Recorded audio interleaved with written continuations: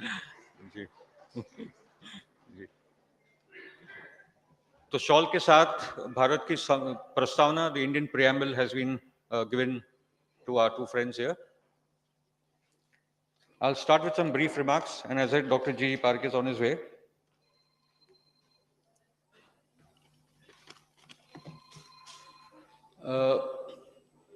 एक कोशिश ये रही है बंबई में, कुछ आंदोलन भी हुए, कुछ रैलियां भी निकली अडानी के खिलाफ, कि ये इतना बड़ा कांड है वैश्विक स्तर का, भारत का तो ही, मगर ये वैश्विक स्तर का कांड है कि इसको डिकोड कैसे करे, इसको डिकंस्ट्रक्ट कैसे करे, आम लोगों की भाषा में इसको कैसे समझाए।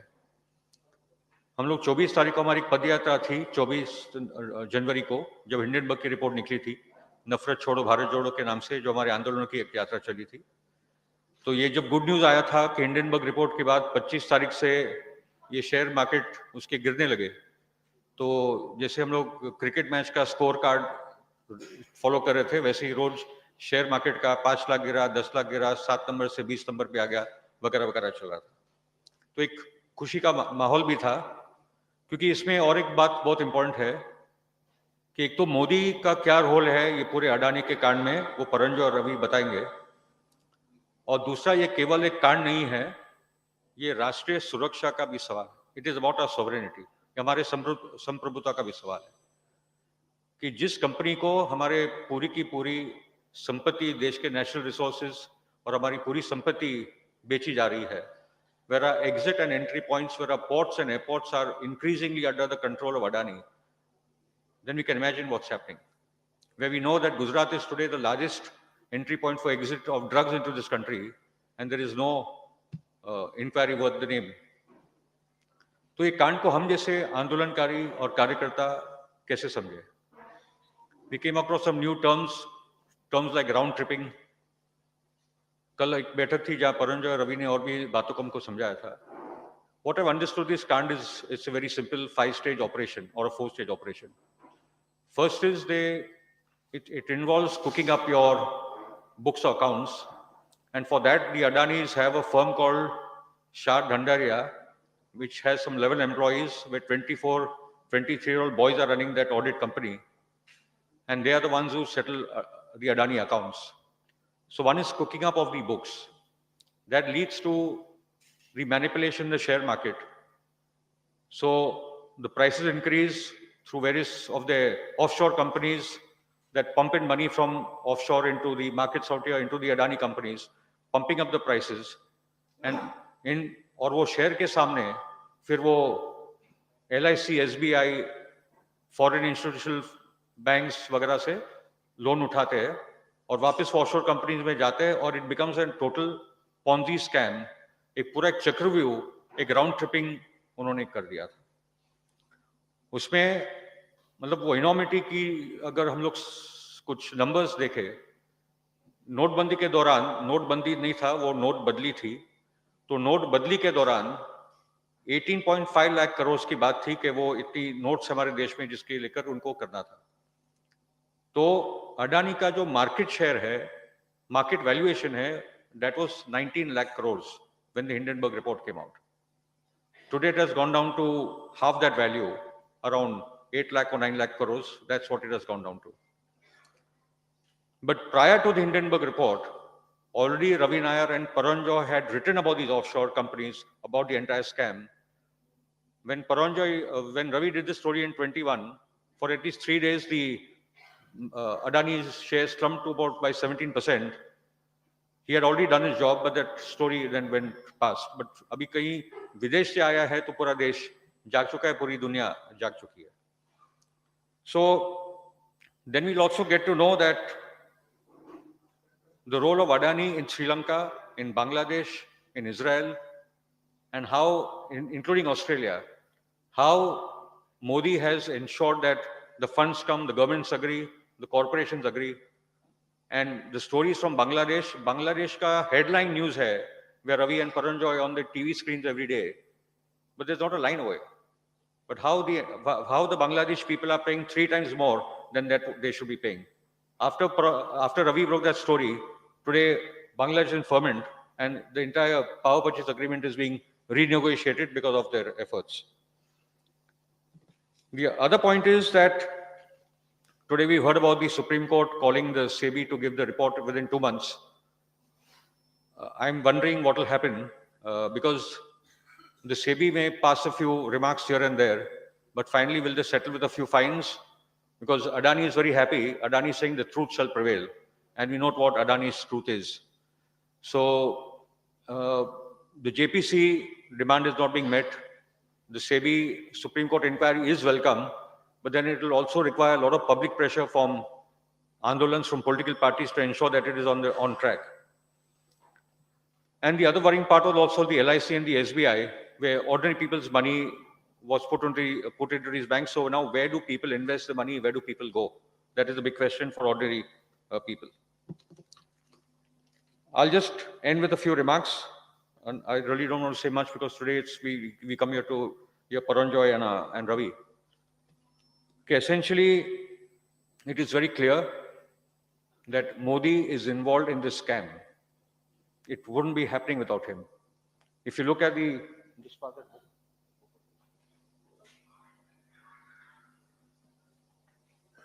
this book by Ravi Nair and Paranjoy is just mind-blowing, actually. The cover itself, I'll just read the cover. The Rafale deal, flying lies, question mark.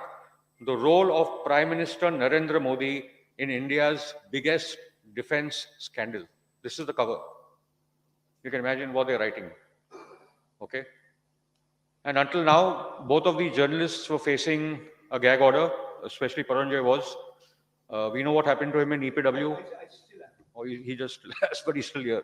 It's good for us, yeah. So the kind of attacks on the media, the kind of attacks on honest journalists who refuse to be sold out, who refuse to bend over. So we have some handful of journalists left in this country. We have Niranjan Takle of our state, but we also have, I think we are honored to have Paranjoy and Ravi with us today. The other point is, coming to the SEBI matter, I mean, the names that came up in the Hindenburg report, actually Hindenburg report is basically built upon the research done by Ravi and Paranjoy. That's really the reality of the Hindenburg report. But coming back to the SEBI issue and even the Hindenburg report, the Ketan Parekh scam, the people involved with Ketan Parekh, the people involved with Jatin Mehta, the entire diamond lobby from Palanpur that is involved in this round tripping and these Ponzi scams, they are all currently working with the Adanis. You have Rajesh Doshi, you have Vinod Adani, who's actually the kingpin in Cyprus, and they talk about nationalism. So Vinod Adani is actually the brain, the elder brother is actually the brain who's handling this entire operation, this entire offshore companies, 38 of them, I believe, and from abroad. So the point comes that in 2005, 2007, in that period, SEBI had done an inquiry into the diamond operations of the Adani companies. And that time they clearly found them guilty, and for 2 years they were banned from operating. That is what the SEBI can actually do. So again, as I say, that the scam is there. It needs to be exposed further. It can actually bring down this government as it has brought down the UPA to government. That is the enormity of this scam, because this current government is the most corrupt government that we've had in independent India. The corruption is not seen, but the corruption is known. In Karnataka, they like to take 40% commissions. But as long as you're part of that RSS BJP setup, you can get away with murder, you can get away with corruption. So the responsibility on the Andolans, on political parties, on investigative independent journalists, this entire team that has come together is what I believe is where we should be sitting down together and planning the strategy ahead. But today is the time to understand the scam, and that is where we are. I thank you. Now I'll call upon Paranjoy ji to... He's coming, but he's just on his way. And kitna time lagega? 10 minutes lagega. Don't worry, he'll come. Okay. So let's give a hand for Paranjoy ji. Yes. Dhanyavad. Thank you very much, Firoz Meti Borwala.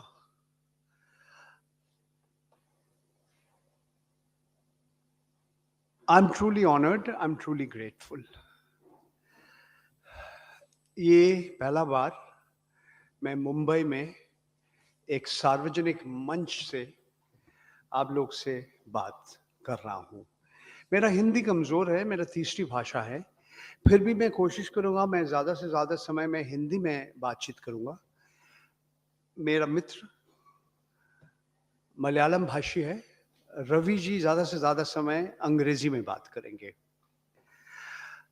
Before I start, I want to thank, I'm truly honored that 10 organizations that have come together, and thanks to that, all of you are here. People's Union for Civil Liberties, Center for Indian Trade Unions, Sarva Shramik Sangh, Maulana Azad Vichar Manch, National Alliance of People's Movements, Bombay Catholic Sabha, Indian Muslims for Secular Democracy, Dalit Panther Samanvay Samiti, Bharat Bachao Andolan, Maitri Sanstha, and of course the Mumbai Marathi Patrakar Sangh. Is there any time limit about how much?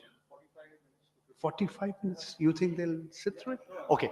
I'll speak to you for about 30 minutes, or Ravi will also speak to you for 30 minutes, and we'll try and answer your questions also at the end of it. मैं शुरू करने के पहले हमारा कुछ व्यक्तिगत बात भी करना चाहता हूं।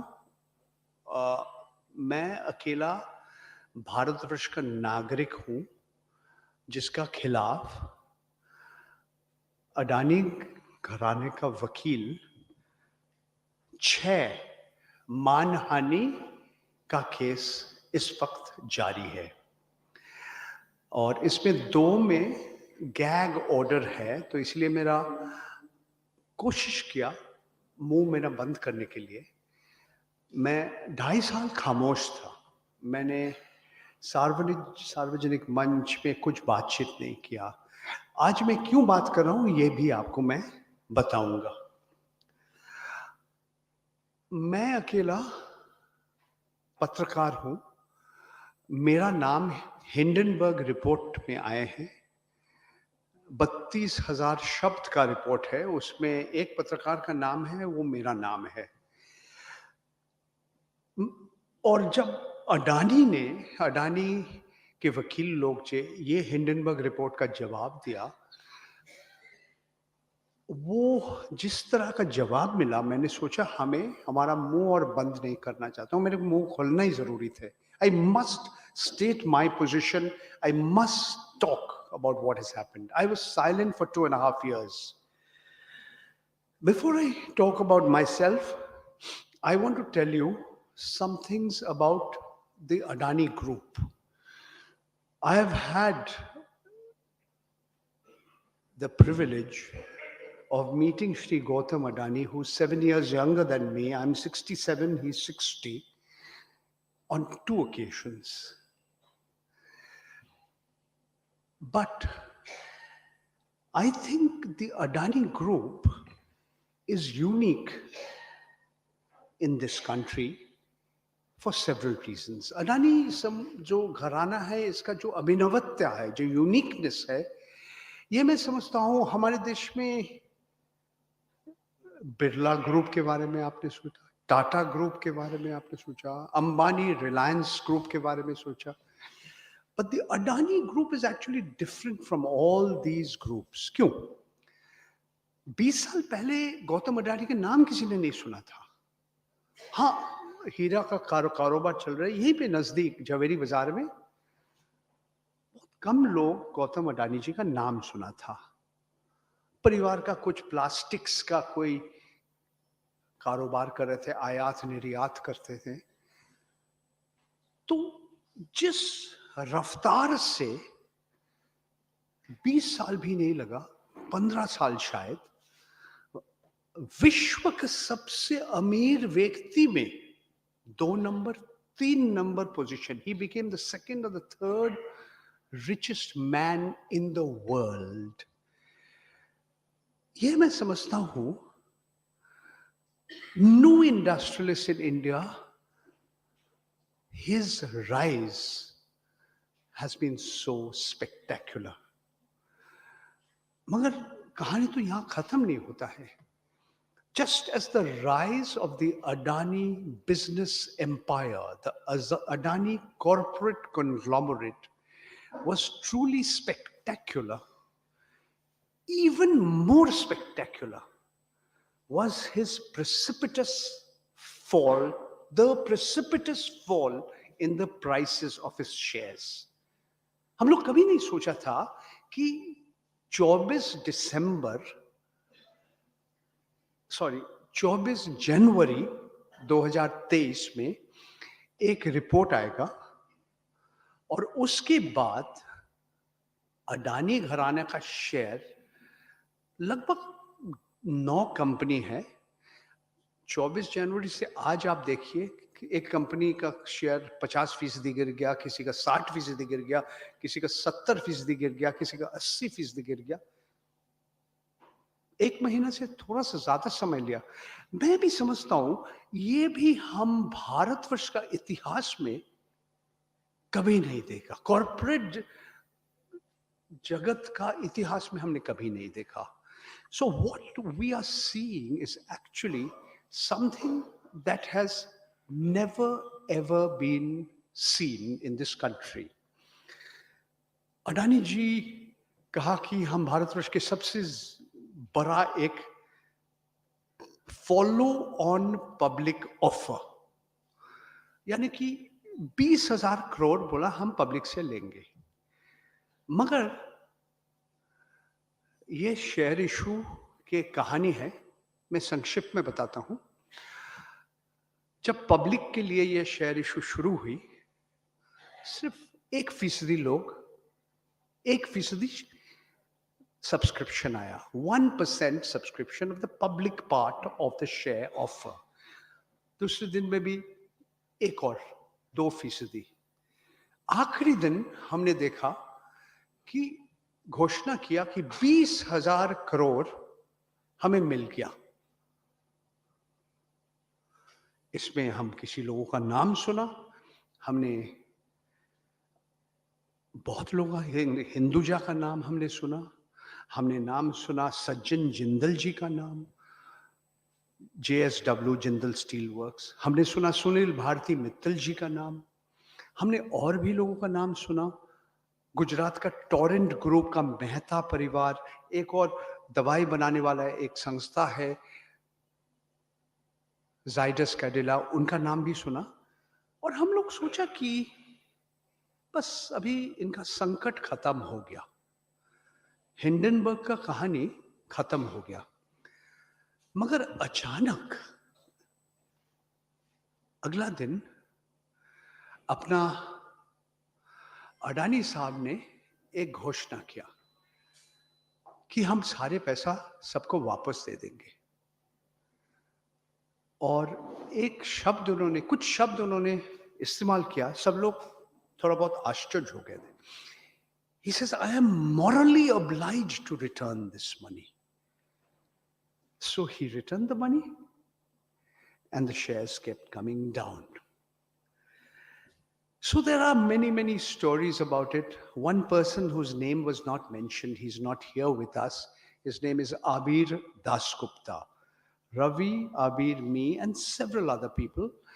हम लोग, हमारा किताब का काम चल रहे हैं.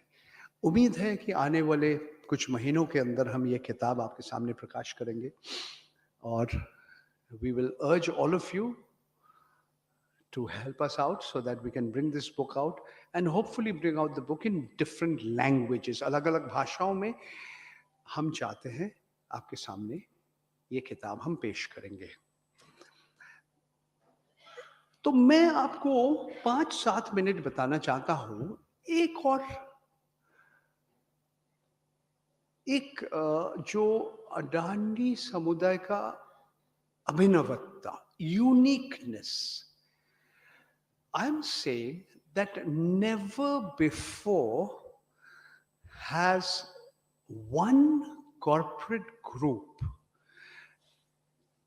spread its presence in so many segments of India's economy. आपको जब हम लिस्ट अभी पढ़ के सुनाएंगे, आप लोग आश्चर्य हो जाएंगे कि एक घराना आज भारतवर्ष के अलग अलग अर्थव्यवस्था का जो हिस्से में आज है और बहुत सारे हिस्से में एकदम उनका नियंत्रण जिस तरह सा है, they are dominating those sectors of the economy. I don't think any other business group ever had this kind of dominance. और बहुत जगह में एक तरह से मोनोपोली भी है in comparison to any other private corporate group in this country. तो मैं जल्दी जल्दी आपको ये लंबा लिस्ट पढ़ के संक्षिप्त में आपको कहानी सुनाता हूं.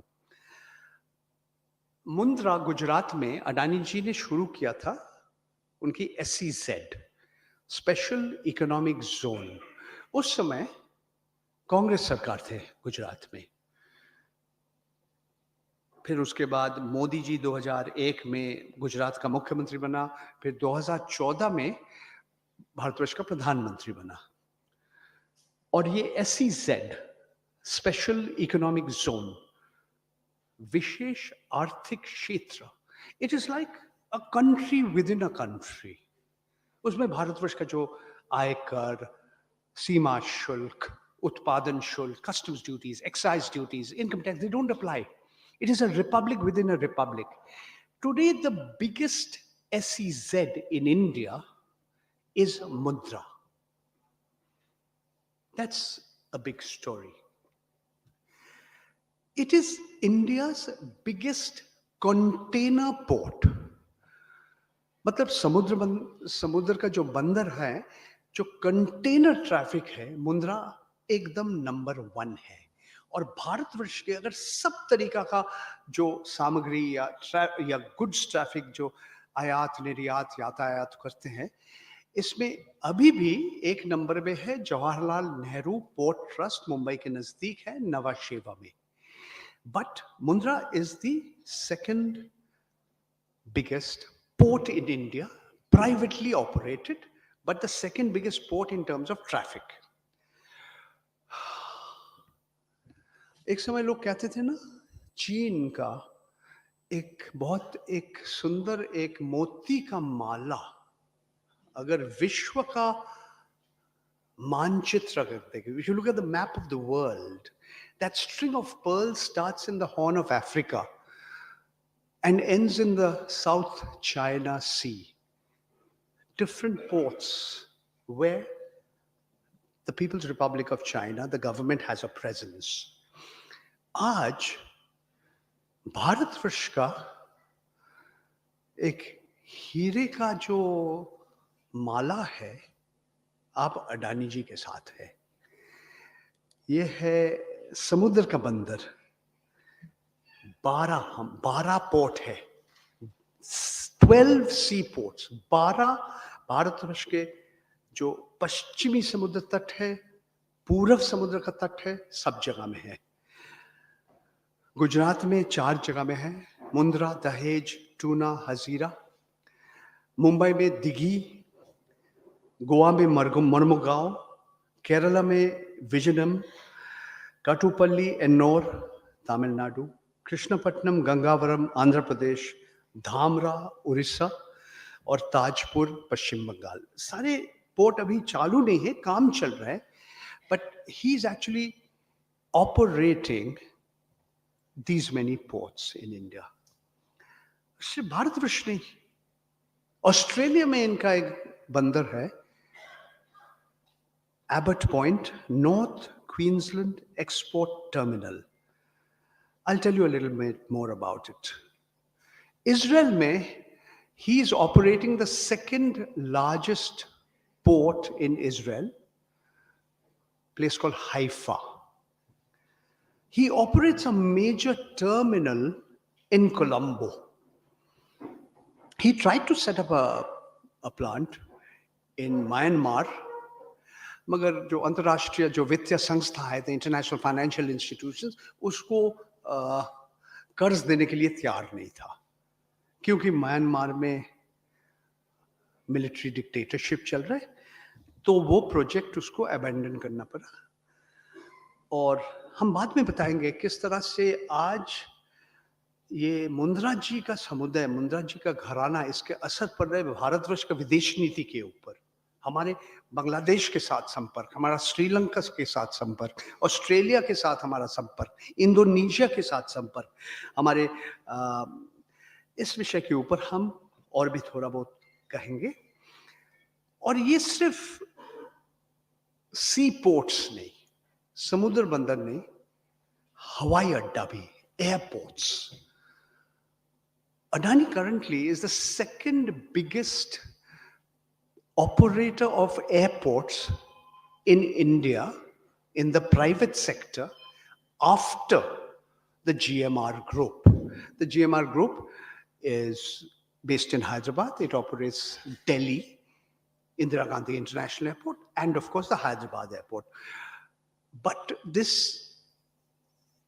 they are big. और इसके पीछे भी एक बहुत लंबा कहानी है, मगर सिर्फ हम आपको वो लॉन्ड्री लिस्ट बना रहे हैं ना, except it's not a laundry list. This is the country's infrastructure, Bharatvarsha का अर्थव्यवस्था का बुनियादी ढांचा। This is it. Jaipur Rajasthan, Lucknow Uttar Pradesh, Ahmedabad Gujarat, Guwahati Assam, Mangalore Karnataka, Thiruvananthapuram Kerala, Mumbai, यहाँ पे आप किस तरह से वो हवाई अड्डा उन्होंने लिया, ये भी एक बहुत लंबा कहानी है। और एक नया आपका एक हवाई अड्डा बन रहा है नवी मुंबई में।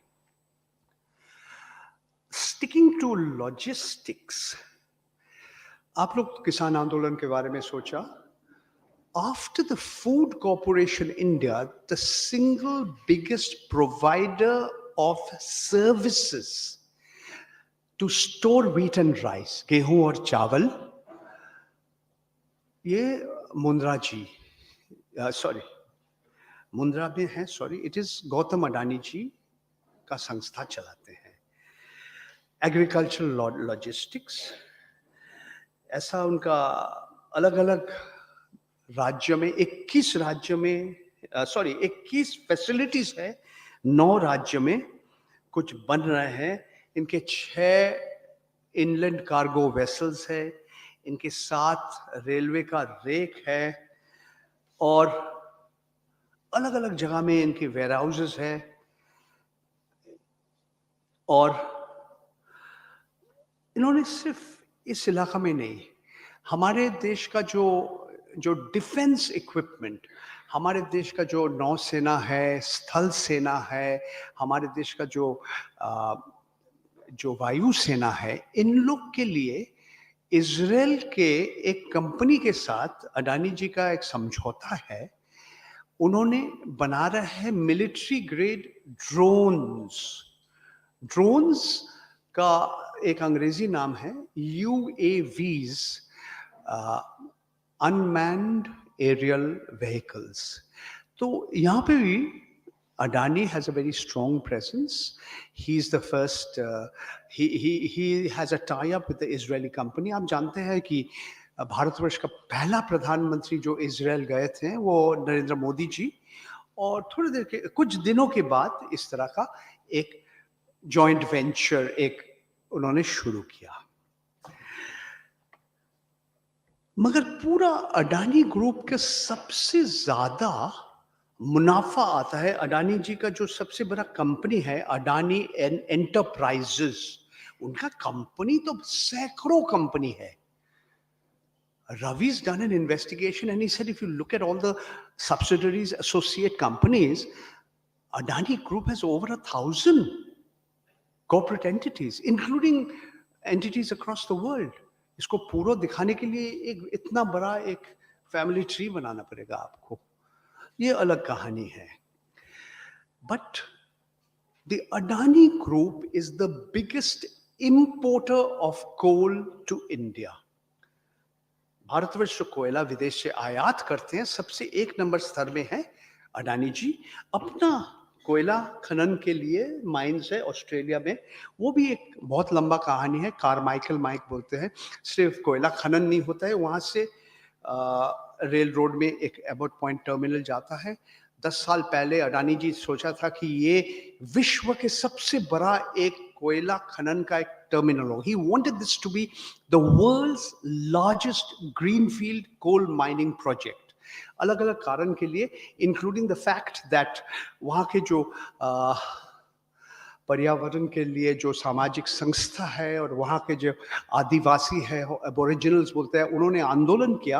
And this project had to be scaled down to less than 1/5 of what it was originally envisaged. एक समय अंतर्राष्ट्रीय जो वित्तीय संस्था है, they didn't want to invest in the project. हमारे मोदी जी ऑस्ट्रेलिया जब गए थे अडानी जी के साथ, हमारे भारतीय स्टेट बैंक का जो उस समय chairman managing director Arundhati Bhattacharya madam थे, वो भी थे. उस समय एक प्रस्ताव था कि भारतवर्ष के इतिहास में भारतवर्ष का सबसे बड़ा bank $1 Arab, $1 billion was supposed to be given for that project, but that never happened.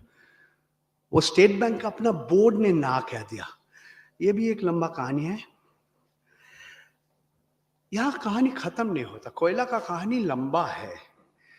After the public sector Coal India Limited, the biggest coal miner in India is the Adani Group. They run several companies, and they are called, they run actually 9 coal mines. They are called MDOs, Mine Developer and Operator. They're the second biggest after coal. And it's not just coal. Loha Ayusk, they have iron ore projects, they have copper smelting projects. They had a project to कोयला से plastic बनाएंगे, मगर वो स्थगित हो गया वो project. So it is not surprising that कोयला से जब विद्युत उत्पादन करते हैं, when coal-based electricity is made, Adani is number 1 after NTPC, यानी कि नेशनल थर्मल पावर कॉर्पोरेशन. अलग अलग राज्य में इनका है, और इसमें एक यूनिक प्रोजेक्ट है जो आज बहुत विवादित हो गया, thanks to Ravi Nair and others. ये बांग्लादेश का प्रोजेक्ट. इंडोनेशिया और ऑस्ट्रेलिया से अडानी का अपना कोयला खनन जहां कर रहे, वो जहाज में आएगा उड़ीसा का एक पोर्ट में धामरा, वहां से रेलगाड़ी में जाएगा गोड्डा झारखंड में. वो एक लंबा कहानी है, किस तरह से वहां का भूमि अधिग्रहण हुई थी, किस तरह से वहां का लोग को पैसा नहीं मिला, आज भी वो लड़ रहे हैं. किस तरह से वहां का नदी से पानी ले रहे, किस तरह से रघुबर दास का सरकार उसको SEZ बना दिया. और जितना बिजली उत्पादन हो रहे हैं 100%, 100% is going to Bangladesh. It is being exported. But that's not the end of the story. Bangladesh says it is surplus in electricity. और रवि जी वहां का जो ठेका है, power purchase agreement, he studied it in great detail and he came out with a report saying that Bangladesh is going to pay 3 times the price for that electricity. जिसका कीमत होना चाहिए 33 रुपया, उनको 100 रुपया देना पड़ रहा है. और कुछ महीना पहले वॉशिंगटन पोस्ट का एक लेख आया है, वहां पे बांग्लादेश पावर डेवलपमेंट बोर्ड का भूतपूर्व डायरेक्टर जनरल साहब ने साफ साफ कह दिया, शेख हसीना जी मोदी जी का दोस्त को ना नहीं कह सकते हैं. तो मैंने नहीं कहा, उन्होंने कहा. अब पढ़िए ना, अब वॉशिंगटन पोस्ट का है, मैंने कुछ नहीं कहा, उन्होंने कहा. आज बहुत बड़ा विवाद चल रहा है. अब तो बांग्लादेश बोला कि कम कर दो, इलेक्ट्रिसिटी रेट कम कर दो. ये विवाद अभी भी चल रहे हैं. ऐसे बहुत सारे प्रोजेक्ट है, मगर अडानी जी तो बहुत समझदार आदमी हैं. जब रजत शर्मा उनका साक्षात्कार किया था इंडिया टीवी में, और इंडिया टीवी का एक हिस्सा अडानी ग्रुप का एक कंपनी में भी है, आदित्य कॉर्पेक्स करके. तो मोदी जी के सॉरी अडानी जी को, गौतम अडानी जी को एक सवाल उठाया रजत शर्मा जी, उन्होंने कहा आप इतना जल्दी इस रफ्तार से कैसे इतना बड़ा बन गया? तो हमारे माननीय उद्योगपति, पूंजीपति श्री गौतम अडानी जी ने एक शब्द को 3 बार बोला, मेहनत, मेहनत, मेहनत। Hard work, hard work, hard work.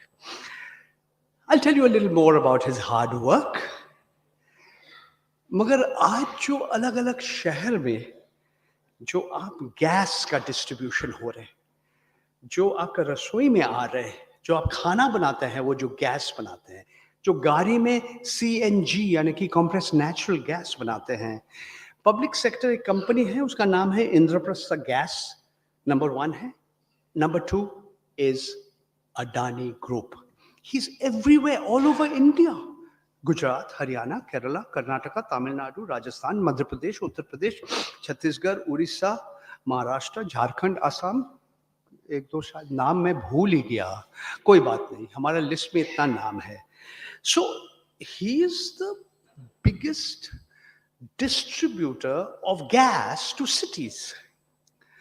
मगर अडानी जी तो समझदार है बहुत, वो नहीं कहने चाहते कि हम काले कोयला। He is not this great advocate of big coal. वो कहते हैं कि मैं जलवायु परिवर्तन में मुझे मालूम है कि जलवायु परिवर्तन हो रहा है, there's climate change happening. So Mr. Adani is the single biggest producer of equipment and power, solar energy, सूरज का ऊर्जा, and wind energy, pavan se urja. So the Adani Group is the single biggest generator of electricity using wind and solar energy. They have projects across the country. They have dozens of projects, 33 solar energy projects, several wind energy projects. कहानी जल्दी खत्म करना पड़ेगा हमें, इतना लंबा कहानी है हमारा, पूरा किताब आपको पहले से ही ट्रेलर आपको दे रहा हूं मैं। ये बुनियादी ढांचा इंफ्रास्ट्रक्चर सेक्टर में overnight Adani group became the second largest producer of cement in India. एक स्विट्जरलैंड की एक संस्था है, कंपनी है होलसिम नाम करके, वो खरीद लिया। होलसिम के साथ ACC एक समय टाटा समुदाय में थे, associated cement companies, Ambuja cements, ये उन्होंने खरीद लिया and they became India's second biggest producer of cement. इसके पीछे एक लंबा कहानी है, रवि शायद आपको बताएंगे।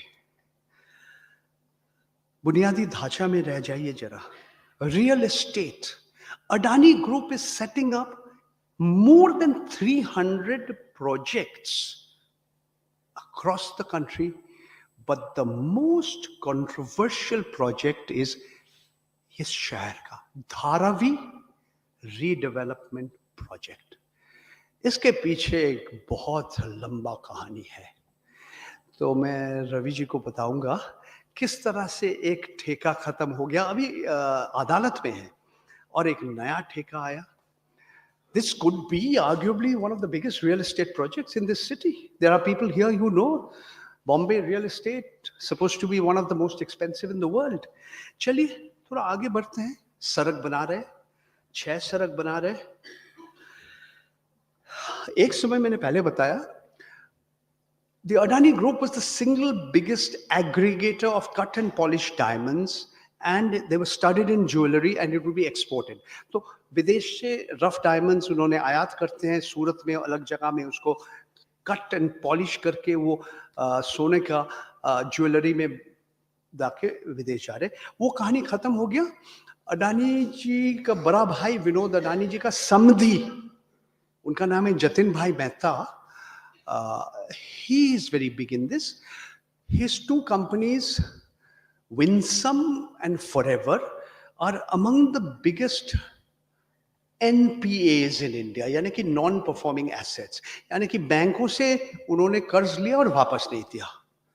आज हमारे जतिन मेहता साहब कहीं हैं, सीबीआई का 10 एफआईआर है, कुछ केसेस चल रहे हैं, हमें मालूम नहीं है कहाँ पे है। हमें मालूम है कि मेहुल चोकसी जी एंटीगा में है, नीरव मोदी लंदन के पास एक जेल के अंदर है, मेरा स्कूल का मित्र विजय माल्या भी लंदन में है और ललित मोदी जी भी लंदन में है, मगर जतिन मेहता जी कहाँ पे है इस वक्त हमें मालूम नहीं है, शायद सरकार को मालूम है। सिर्फ इतना कहना चाहता हूँ कि जतिन भाई मेहता का जो बेटा है सूरज, उनका शादी हुआ विनोद अडवाणी जी का बेटी खुरपा के साथ। ये फैमिली में भी बहुत कुछ है, मगर मैं ज़्यादा समय आपको नहीं लेना चाहता हूँ। 2-3 बात ख़त्म करना चाहता हूँ। आप लोग तो घर पे तेल का इस्तेमाल करते हैं ना? पराठा बनाने के लिए, पकौड़ी बनाने के लिए, समोसा बनाने के लिए। आपने फॉर्च्यून ब्रांड का नाम सुना होगा ज़रूर। भारतवर्ष में it is the number 1 brand selling edible oils, 20% all India. Gujarat में कितना है रवि? 70%, 67% इन गुजरात। अलग अलग जगह कहीं पे 25% है, कहीं 33% है। But the Fortune brand, which is a tie up with another group called Wilmar of Malaysia, they are the single biggest suppliers of edible oils to India. हम लोग विदेश से लगभग आधा हमारे जो हम लोग खाने के लिए हम जो तेल इस्तेमाल करते हैं, हम विदेश से आते हैं। इसको कहते हैं पामोलिन, ज़्यादा से ज़्यादा मलेशिया, इंडोनेशिया से आते हैं, यहाँ पे रिफाइन करके हम बेचते हैं। कहानी अभी तक हुआ नहीं। अरे बाप रे बाप, अडानी जी दाल का भी कारोबार करते हैं, चीनी का भी कारोबार करते हैं, और आप लोग सेब खाते ना? You like apples? He is the biggest supplier of apples in India. विदेश से भी आते हैं, और हमारे देश के हिमाचल प्रदेश, जम्मू एंड कश्मीर, ये जगह से उन्होंने एप्पल खरीदते हैं। हमारे मित्र साईनाथ जी बैठे, इसके पीछे कितना बड़ा कहानी है उनको मालूम है। वो जो सीमेंट प्लांट क्यों हिंडनबर्ग रिपोर्ट से खुशी है, ये भी बात मालूम है। आखिरी जो है, आखिरी शायद नहीं है, और भी है, यह है मीडिया, यानी कि लोक माध्यम। एनडीटीवी का मालिक कौन है आप जानते हैं? मैं हमारा कहानी खत्म होने के पहले कुछ व्यक्तिगत बात करना चाहता हूँ, जो जहाँ से मैंने शुरू किया था। ये 6 मानहानि का मुकदमा केस जो हमारे खिलाफ चल रहे हैं, ये क्यों चल रहे हैं? इसमें 2 केस मुंद्रा में चल रहे हैं। आप लेख पढ़ सकते हैं, ये वायर करके एक वेबसाइट में एक लेख है, इसका सुर्खिया है, Modi government's 500 crore bonanza to Adani group. ये था कि ये जो विशेष आर्थिक क्षेत्र में जो the rules how they were changed, एक कंपनी को सबसे ज्यादा फायदा मिला, वो है अडानी पावर। उसके बाद मैंने ये भी लिखा, ये उस समय मैं इकोनॉमिक एंड पॉलिटिकल वीकली का संपादक था, हमने ये भी लिखा, देखिए वो रिफंड मांग रहे हैं, 500 करोड़ का रिफंड मांग रहा है। ये 500 करोड़ सरकार, ये रिफंड का जो एप्लीकेशन है, जो दरखास्त है, वो प्रोसेस कर रहा है, मगर सरकार ये नहीं देखा कि वो पैसा दिया कि नहीं। अब अगर ज्यादा इनकम टैक्स देते हैं, ज्यादा आयकर देते हैं, तो आप कहेंगे हम ज्यादा दे दिया, तो आप रिफंड के लिए एक एप्लीकेशन करिए, मगर पहले आपको तो पैसा देना पड़ेगा, उसके बाद आपका पैसा वापस आ जाएगा। इस केस में 500 करोड़ जो कस्टम्स ड्यूटी है, जो सीमा शुल्क है, उन्होंने नहीं दिया था। तो हमारे ऊपर बहुत लोग नाराज हो गए थे। भारत सरकार ने जवाब नहीं दिया, अडानी जी जवाब आया, ये लेख ईपीडब्ल्यू के बाद वायर ने छपा, उसके बाद हमारे माननीय समीक्षा ट्रस्ट के जो ट्रस्टीज थे, उस समय मैं मुंबई में रहता था, हमारा बेटी बहुत दुखी थे, हमारा बेटी वहाँ बैठे हैं, हमारा बीबी भी बहुत दुखी है, हम लोग को छोड़ के मुंबई चले गए ना बोल के।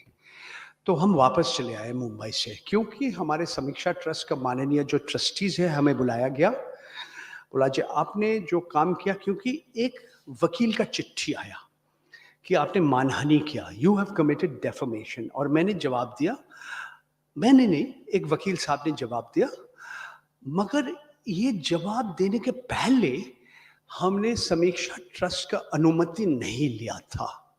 I did not take the prior permission and consent of the Samiksha Trust before I engaged the services of a lawyer pro bono to respond to the legal notice of defamation against the publisher, that is the Samiksha Trust, the editor, me, co-authors, etc., etc., etc.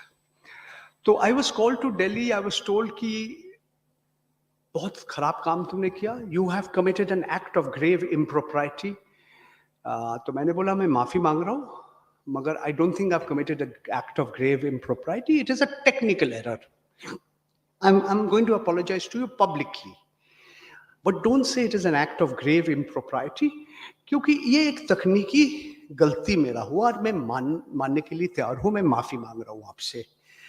वहाँ के जो बड़े बड़े हमारे trustee साहब ने इसके बाद कहा, आपने इकोनॉमिक एंड पॉलिटिकल वीकली जैसे एक संस्था है जिसका उम्र भारतवर्ष की उम्र के आसपास है, इसको आपने खत्म कर दिया. You have destroyed the ईथॉस of an institution called the economic and political weekly. ये भी बोला कि एक सह संपादक हम ला रहे हैं, we are going to appoint a co editor.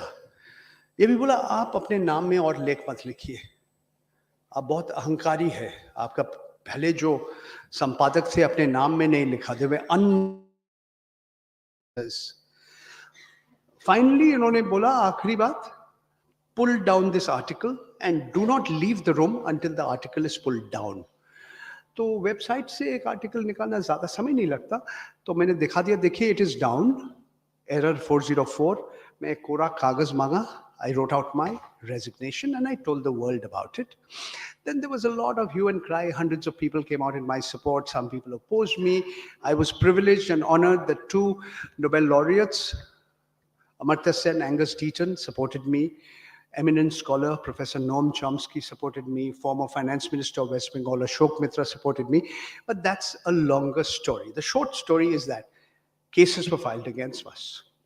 मैंने गया, जाना पड़ा हमें, क्योंकि मानहानि एक क्रिमिनल है, दंडनीय अपराध भी है, it's a civil offense.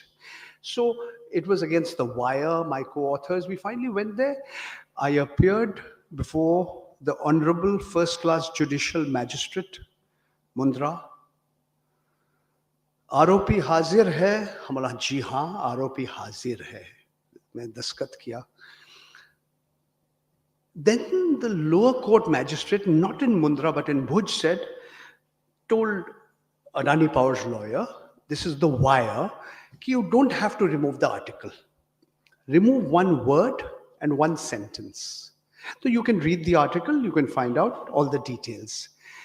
The story didn't end here. It took a very interesting turn after that. May 2019 में लोकसभा चुनाव खत्म हो गया. लोकसभा चुनाव का नतीजा तब तक घोषणा नहीं हुआ. Just before the Lok Sabha election results were announced, suddenly Adani's lawyers withdrew the cases against everybody. My 3 co-authors against the entity that runs Wire, everybody except me. Then in January 2021, I got a non-bailable warrant of arrest against me. My wife, my daughter, my family, they were very upset, naturally, because my lawyer said, घर पे मत रहो, किसी वक्त आके हथकड़ी लगा देंगे, जेल में डाल देंगे. तो मैं और किसी के घर रहा 9 रात. On the 10th day, my lawyer said, this is bad in law. You cannot issue a non-bailable warrant for non-appearance in court. That was the allegation against me, कि आप अदालत में हाजिर नहीं थे. और उन्होंने कहा कि सुप्रीम कोर्ट और कुछ कहते हैं कि for non appearance in court पहले आप एक बेलेबल वारंट इशू कीजिए. Ravi has a bailable warrant against him, he will tell you more. Mine was a non-bailable warrant. Anyway, the short story is that the Gujarat High Court stayed it. It was interesting that the Press Trust of India got that non-bailable warrant of arrest before my own lawyer, and they sent it to me on WhatsApp. So the High Court of Gujarat stayed the execution of the warrant. I appeared in Mundra. The day I appeared in court, the portal with which I am a consultant, जिसके साथ हम सलाहकार हैं, उनके ऊपर Enforcement Directorate का छापा लगा. Then I appeared once in court. I appeared again in court. Second time was in March 2021. After that, no news. My lawyer says, don't worry. No news is good news. As a journalist, I was always told, bad news is good news. But anyway, हम आगे बढ़ते हैं. There are two other cases of defamation against me. You can read the articles. They were published in NewsClick. It pertains to an series of articles which had a title, Justice Arun Mishra's parting within gift of 8,000 crore to Adani. हमारे माननीय न्यायाधीश जो सबसे उच्च न्यायालय का जज थे उस समय, and now he went on to become the National Human Rights Commission, Bharatvarsh का जो मानवाधिकार संस्था का जो हेड बना उन्होंने. तो अडानी पावर का वकील कहा कि आपने न्यायालय का मर्यादा कमजोर कर दिया. You have lowered the esteem of the judiciary in the eyes of the people of India. मुंह बंद तुम्हारा. 2.5 years ago, September 2020. Why am I speaking today? Because Hindenburg raised 88 questions. Question number 84, I mentioned. They said, no, we have done nothing against this critical journalist. We believe in freedom of expression. We believe you are free to criticize me.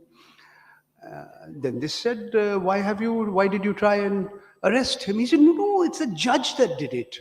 So I had to explain. I wanted to tell the world this is what happened. Okay? The story doesn't end here.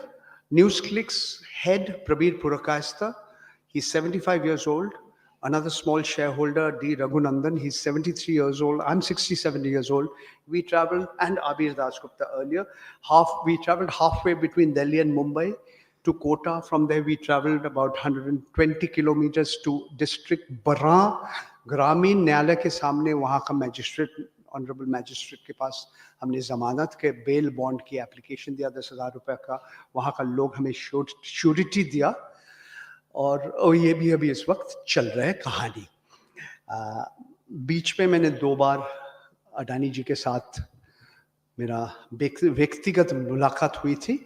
But on both occasions I was told it is off the record, therefore I can't say anything more about this at this particular point of time.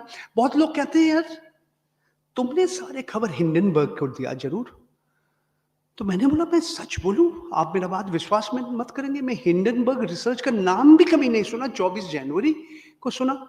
इससे पहले मैंने सोचा था कि Hindenburg Germany का राष्ट्रपति था 30 का दशक में. उसके बाद हिटलर बन गया जर्मनी का चांसलर, और उनके नाम में एक हवाई जहाज बना था, जेपेलिन बना था, और that was supposed to cross the Atlantic का महासागर, मगर बीच में आग लग गया, 35 लोग का मृत्यु हो गया. And then I learn that this small organisation based in New York with about 6 or 7 people headed by a person called Nate Anderson, they named the company to symbolize a man-made disaster. So all I can say is what Firoz Bhai has already said. Yes, they have drawn substantially on the reports prepared by Ravi, by Abir, by me, and then in the public domain you can read it. We were surprised at the impact of the Hindenburg report. Now the Supreme Court has set up a committee. Time will tell. Achanak, the 20,000 crore issue has been subscribed. Congress का प्रवक्ता जयराम रमेश जी ने आरोप लगाया कि केंद्रीय मंत्री ने telephone लगाया, इसके बाद सुनील भारती मित्तल जी, सज्जन जिंदल जी, हिंदुजा जी, फलाना ढिमकाना ने सब पैसा दिया, और फिर उसके बाद तो ये रद्द हो गया. The money has been sent back. The story of Gautam Adani is not over. I will ask Ravi to take it forward. And I thank all of you. मैं अत्यंत विनम्रता से सबको कहना चाहती हूँ, thank you so much for listening to me.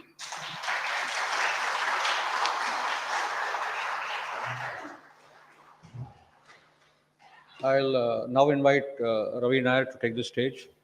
He's a friend. We worked on the EVM issue together. He's one of a kind, an investigative journalist. He's amongst the most courageous investigative journalists in the country, and his research and his capacity to come out with these articles, the latest one being on the Chinese connection, which we'll talk about. So I invite Ravi Nair to take the stage.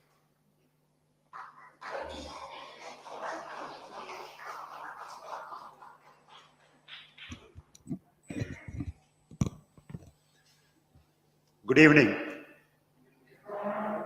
and thank you all for coming here, and thank you, Feroz, for inviting and organizing this program.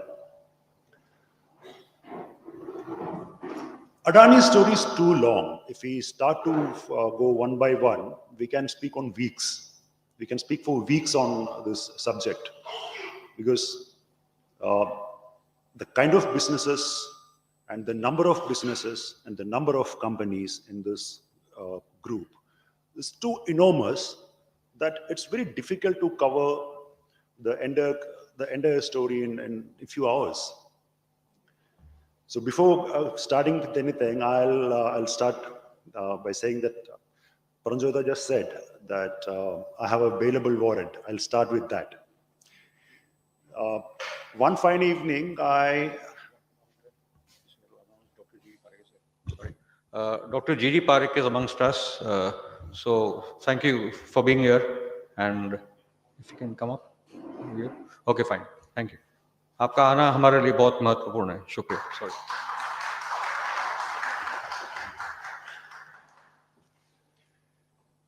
One fine evening, a couple of policemen walked into my house. I mean, I never had such an experience, policemen coming into my house. So I thought, what happened? He said, there's an arrest warrant. I said, what? That arrest warrant? From where? So I said, I would like to see it. And first he refused. And then he showed me this arrest warrant.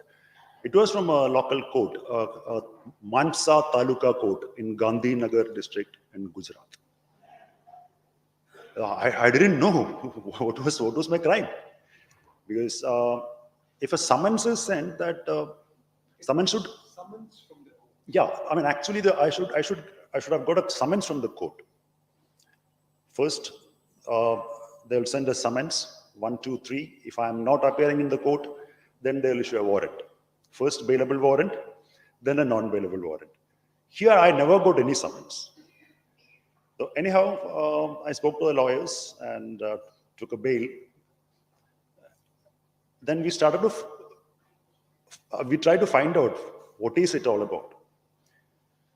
Adani Group filed a case against me in 2021 August for defamation in Mansa Court. The court kept sending summons to an address where I used to live once upon a time, and I never received it. So what is this defamation? What is for what? They didn't find any articles of mine as defamatory. So what they could do is they collated a series of tweets, which I had tweeted at different point of time, taking points from different articles. Few of them are my articles. There were other articles like from The Guardian, The Hindu, Indian Express, Sydney Morning Herald, I mean, many international publications like that. Then when we got the actual petition, I searched myself, what is it? Then, okay, how this is defamatory? Then let me find out.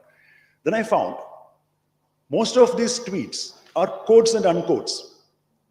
One quote I tweeted exactly, quoted from the Hindu article and tweeted it with the link to the article. So what Hindu wrote in that article is not defamatory, but when Ravi Nair tweeted it, that became defamatory to Adani. So that is the case against me. Next, let us speak on the government's support to this particular group. As in an interview, he just said, Paranjota just said, that Adani said, mehnat, mehnat, mehnat. Let me tell you, this is not Adani's mehnat. This is Modi's mehnat. That's a fact. Because he worked so hard to develop this group. We have hundreds of examples like that. Let me tell you one example within India. He explained about the Godda power project.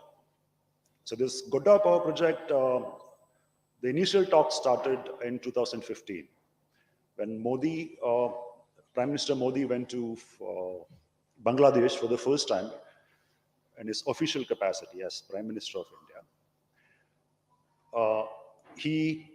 He wanted to increase the economic cooperation between India and Bangladesh. So few MOUs signed. And that 2 MOUs were for 2 power projects. So initially it was like 2 Indian companies will invest $5.5 billion in Bangladesh, and they will build the power stations there, thermal power stations or gas-fired power stations there, and produce electricity for Bangladesh. And one MOU was signed by Chotabhai Ambani, it's Reliance Power, and the other one was Adani Power. 3 months down the line, Adani Power's MOU, Memorandum of Understanding, changed out of the blue, and a new MOU signed. This time, the MOU said that Adani will build a power station at a suitable place in India and will export the entire power generated there to Bangladesh. This is the first time it is happening. It never happened in India because as per the rules, only those companies which are generating surplus power, because if they don't have a PPA, power purchase agreement, with any of the utilities, and or beyond the limit of the PPA, whatever they have signed for the PPA, if it is 100 megawatts and they are producing 10 megawatts, they can export 10 megawatts. That is how it works. But a new power station altogether to export power to Bangladesh.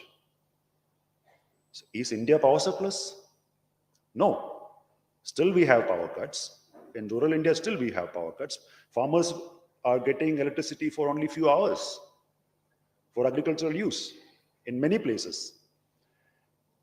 In 2016, Adani applied to the Raghubar Das government, the then BJP government of Jharkhand, that they need some 2,000 acres of land for this power project. The government told Adani Group that they can organize 917 acres of land in Godda, Jharkhand.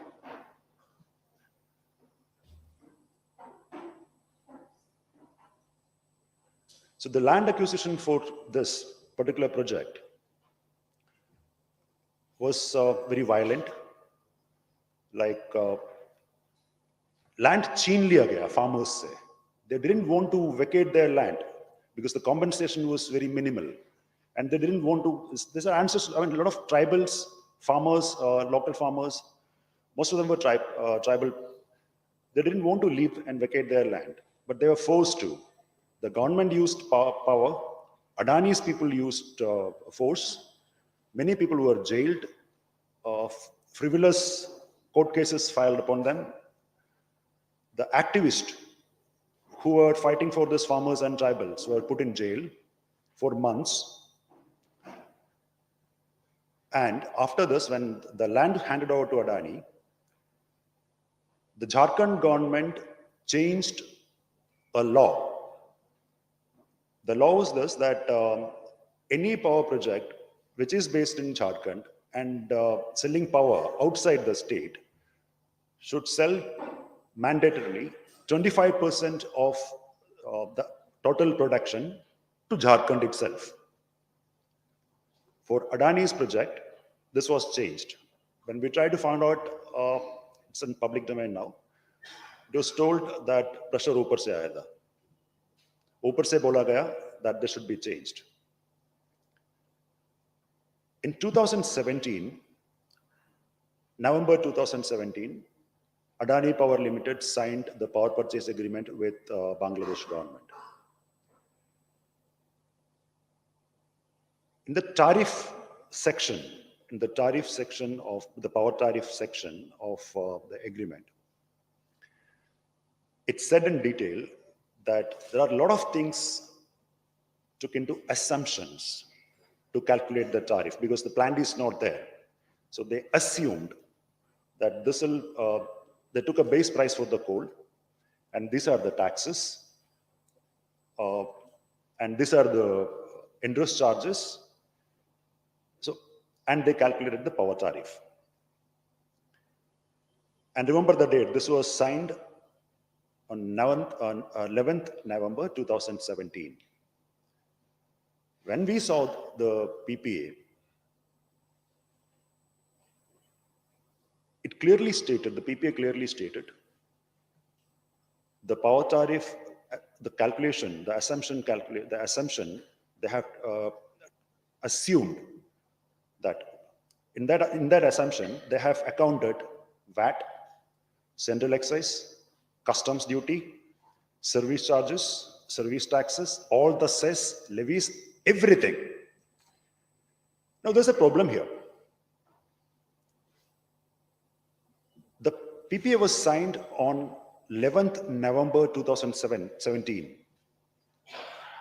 But on July 1st, 2017, the government changed the tax regime to GST. So there's no VAT. A lot of local taxes were merged into, and the tax slabs and the tax regime entirely changed. But the PPA still says it is local taxes and VAT. And Bangladesh government was not aware of this. As per the agreement, as per the terms in PPA, any change in the assumption, the Adani Power is liable to inform that in writing within 10 days to the Bangladesh government and Bangladesh Power Development Board, which didn't happen. That's one part of it. In 2019, prior to the announcement to the general election in February, election announcement happened in March. So on 25th February, out of the blue, the Modi government declared that this particular power project is an SEZ, a special economic zone. It never happened like this in India. And in 2016, the same Modi government came out with a rule stating that no standalone power station should be declared or given the status of an SEZ, a special economic zone. He explained already that, Paranjoda explained that the special economic zones have different tax law. It's actually a country within a country. So, the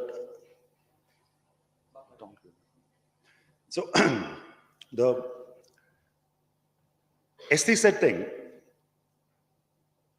what it changed was that Adani doesn't have to pay a single penny in taxes to import the power equipment for the plant and any machinery. No tax at all, no import duty, nothing, no customs duty, nothing at all. And in SEZ, if you are starting a new business, you don't have to pay income tax for 5 years. And for the next 5 years, you have to pay only 50%. And from 10th year to 15th year, if you are plowing back from your profit, so you get a 50% benefit. And the PPA already states that Adani doesn't have to pay any tax in Bangladesh. So that means the government forcefully taken the land from farmers and tribes, tortured them, paid very minimal compensation in violation of laws, given that to Adani. Adani is building a coal-powered thermal power station which will draw water from river Ganga, will create enormous pollution there, will sell the electricity to Bangladesh at 3 times the rate what others are giving to, even NTPC is giving to, selling power to Bangladesh, and won't pay any tax. मेहनत है ना? सोचो किसका मेहनत है? Now, when I said that they will draw water heavily from Ganga, there's a small story behind that also. When Adani submitted the application for environmental clearance for this particular project, it was mentioned that the water will be drawn from a river called Chiru. It's a small river in Jharkhand. And they will make a canal or a pipeline of around 6 kilometers, 6-7 kilometers to the planned area to draw the water. Nobody knows what's the reason this changed. Adani submitted a new proposal to the Environmental Ministry that they will be drawing water from river Ganga. So the environmentalists and the people who have knowledge about the subject said that this will create a lot of problem downstream, and this might endanger the lives of the Gangetic dolphins. Ganga is 93 kilometers away from the plant. And for this pipeline, another set of land acquisition happened. The story is same there. The story is same there. Some people, some activists filed a case on this, questioning this decision to the regional bench of National Green Tribunal in Kolkata. They said that, and that's a rule, that if anything changes in a submitted proposal for the environmental clearance, any change happened to it, a new study should be conducted and a completely new proposal should be submitted. That didn't happen. Here only one part was amended and said that we will be drawing water, not from Chiru, but from Ganga. That's the only change they did. And they didn't do a new study. They didn't submit a new study report, how it is going to affect the environment and ecology. They didn't do that. The bench dismissed the petition. The first was a technical ground. They said, you should have submitted this petition within 30 days of Adani giving that application. Actually, everyone came to know about that much later, months later. That was one technical ground. Second, the order says, and order questions the activist who filed the petition, what is your locus standi? You stay in Delhi. What is your locus standi to file a petition for Jharkhand? That's where we are. Now, let us go to another Mehnat story. This time we'll go to Sri Lanka. In 2020-21, the employees unions of Colombo Port. Colombo Port is a major port. It's a very big port. It's 7th largest or 7th busiest port in the world, because a lot of transshipment containers go there. It's a deep port. The employees started a protest and they halted the operations, completely halted the operations of the port and its terminals for 3 days. The reason was that the then Rajapaksa government decided to give one terminal, which was almost 37% already constructed, to the Adani Group. So why Adani Group? That was the question.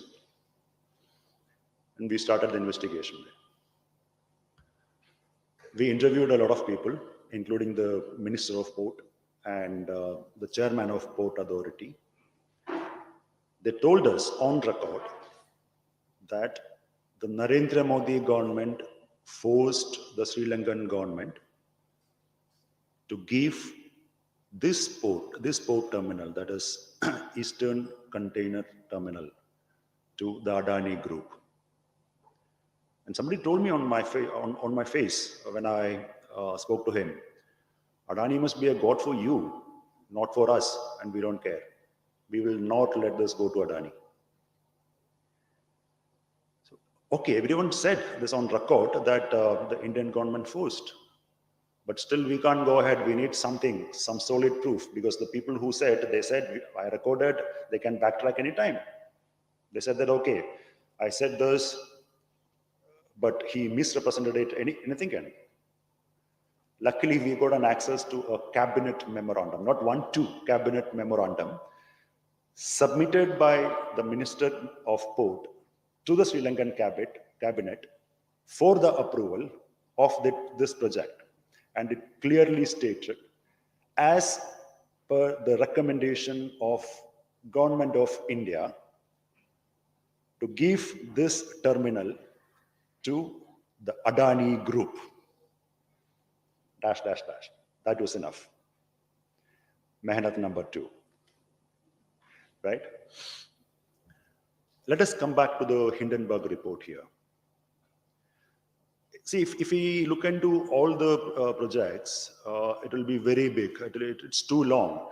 Paranjoy missed few points, like when Adani's business. In last couple of years, Adani tried to venture into copper smelting plant in Mundra. He already got the approval from the Environment Ministry that whatever the pollution, that's okay, fine. That's one. Second, an aluminium mine and refinery in Orissa.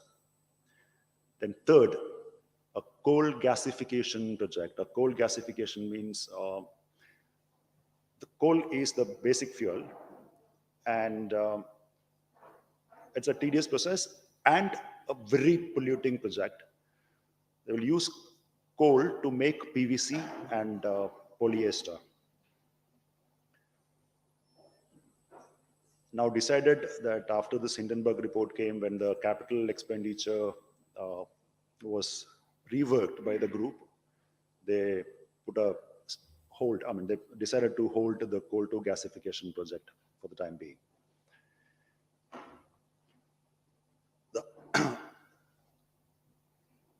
Let us speak about the airports, Mehnat.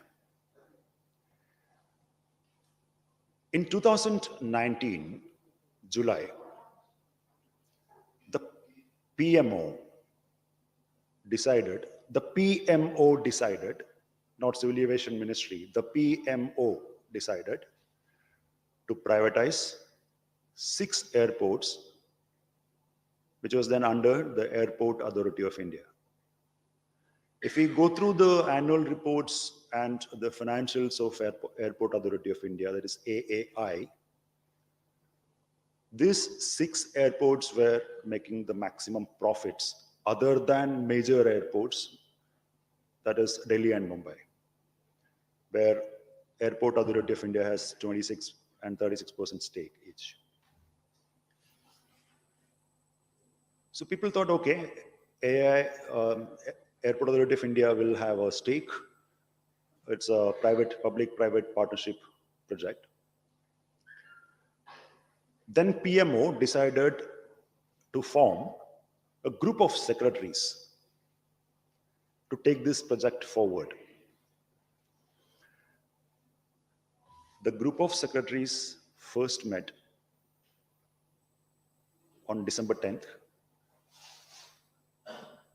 Second time met, this is in 2018. Second time met on December 12th. And 14th, they floated a tender. So this discussion happened in PPPAC, that is Public-Private Partnership Accounting Committee. A long discussion happened amongst the secretaries and Niti Aayog. We got the minutes of the meeting, the original minutes of the meeting. And when we went through, we shocked. The terms were set in such a way that Adani should fit in. And all airports should go to Adani. Like the Finance Ministry, the Secretary of Finance, Joint Secretary of Finance Ministry, who was part of the committee, he pointed out in discussion that in the long run, Airport Authority of India will not benefit from this, because all the airports given till now privatized, where Airport Authority of India has a stake in that. Here you are saying per passenger fee is the only criteria. The new operator, whoever will win the bid, they will pay only per passenger fee, a certain amount for every passenger who is using the airport. And the developer will have the right to develop the entire land of the Airport Authority of India. If the lands are less, more should be acquired by the government and give to this person or this entity. And that person, that entity will keep the airport after the entity developing it for 50 years. Till now, all the airports like Mumbai, Hyderabad, Bangalore, Delhi were given 30-year lease. These 6 airports will go on a 50-year lease.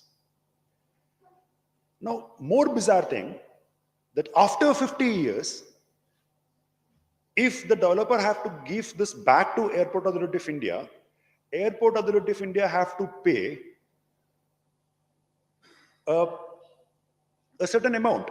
That is the depreciated value of the buildings and the assets the entity which is operating this has been created.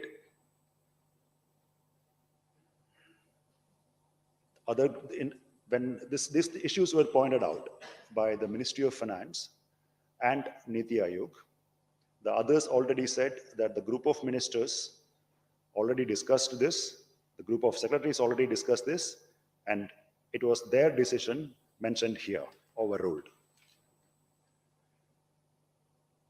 And the same thing, next. This particular secretary of Finance Ministry, he said, and Niti Aayog supported, Niti Aayog sent a detailed report on this, saying that all 6 airports should not go to one entity. That will create problem later, because if the entity which is managing this airport, if it fails financially, it will affect not 1 but 6 airports. So let us not do this. Overruled. No. If one person is capable of handling 6 airports, it will go to him. Done? Next. Only those who have experience in developing an airport, developing, managing, and operating an airport should participate in the bid.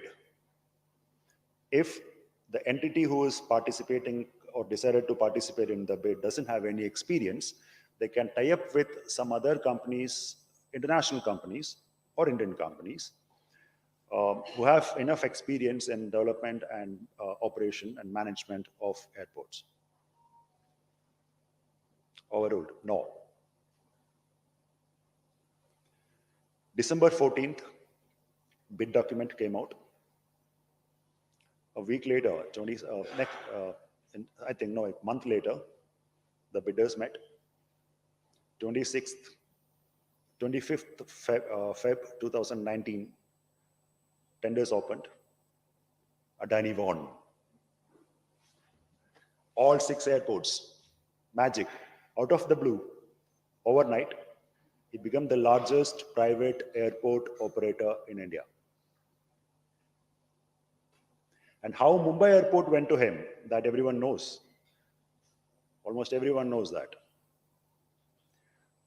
One anonymous whistleblower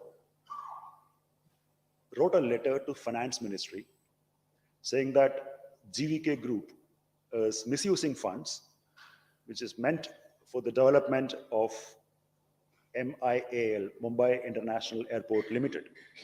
So Mumbai International Airport Limited is a consortium of 3 companies. One is, of course, GVK, which had 51% stake. The rest are with the 2 South African companies. One is actually from South Africa, and another is that company's subsidiary from Mauritius, Bidvest. In 2019, after Adani won the bid for 6 airports, Adani approached one of this minority stakeholder, Bidvest, and told them that we are interested to take your stake in MEAL if you are ready to sell it. The guys were ready. But in the initial agreement which was signed in 2006, there was a clause. The majority stakeholder holds the right, the first right to buy the stake if a minority stakeholder is selling it.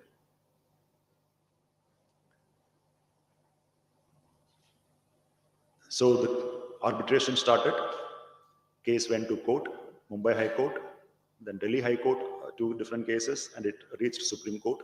Arbitration went on. Out of the blue, Ministry of Finance जाग गया, एक whistleblower का letter आया था, let us investigate. Income tax, AD, CBI, they filed cases against GVA and started investigation. SFI also. Serious fraud investigation. They filed cases. They raided the houses of GVK promoters, the Reddys. Couple of months down the line, now it is Adani Mumbai Airport Limited. Mehnat, right? I can give you enough examples like this. I don't want to take much time because I think. Oh, okay. Hindenburg report says a lot about Adani's offshore entities and the offshore transactions of Adani Group companies, how money is coming, FDIs especially is coming into that. That's a very long topic, a long subject. So if we speak on that, I'll take hours. Instead of that, I'll tell you a small, this is also not a small story, but still I'll try to finish it in 5-10 minutes. Foreign portfolio investors and foreign institutional investors, that is FPIs and FIIs, invest money in Indian share market. It's not only in Indian, everywhere. They keep investing in equity, buying stakes of these companies, not buying actually, they invest in these companies. When the share prices, if the company's fundamentals are good and it's earning enough profit, different dividends are giving, and and if they feel that the share price of these companies will go up, they'll sell it and they'll invest somewhere else. So it's a kind of cycle. In 2020, we found out that there are few FPIs, and before going there, FPIs never invest in one company or one group, because that is, they can't hatch all the eggs in one basket. It's very tricky. Suppose if that company collapses or something happens, they'll lose money because the portfolio managers who handle these funds or the investment managers, they manage people's fund. People give the money, invest the money. So they are responsible to the investors. They earn the profit, share the profit, and take a cut for themselves. This investment funds, that's how they work. They pool in money. So we found out quite few FPIs based out of Mauritius and some of them in Cyprus and in Singapore and Hong Kong. They keep investing in India and only in Adani Group companies. So when we checked, we found out there is one entity called Albula Investment Fund. It kept 98.7% of its total investment in Adani Group companies. That's not possible. In normal circumstances, that's not possible. So we tried to find out more. We did an investigation and we found out 6 of them share the same address, office address. They have the same phone, 4 of them have the same phone number and fax number. And one company, these are actually managed by companies like, I don't know how to explain it. How do you explain these companies like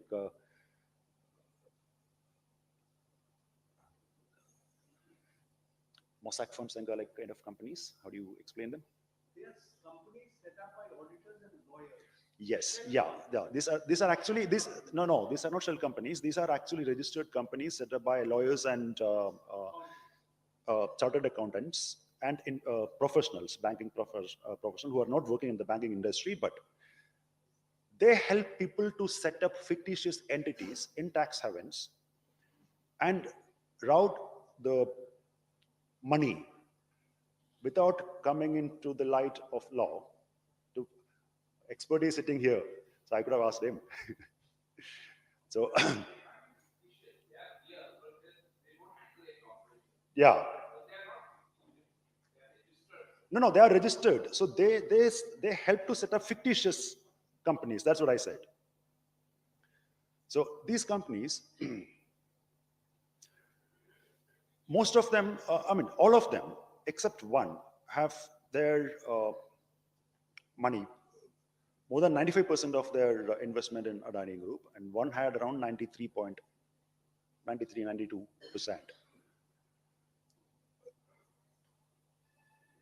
Mauritius is very notorious.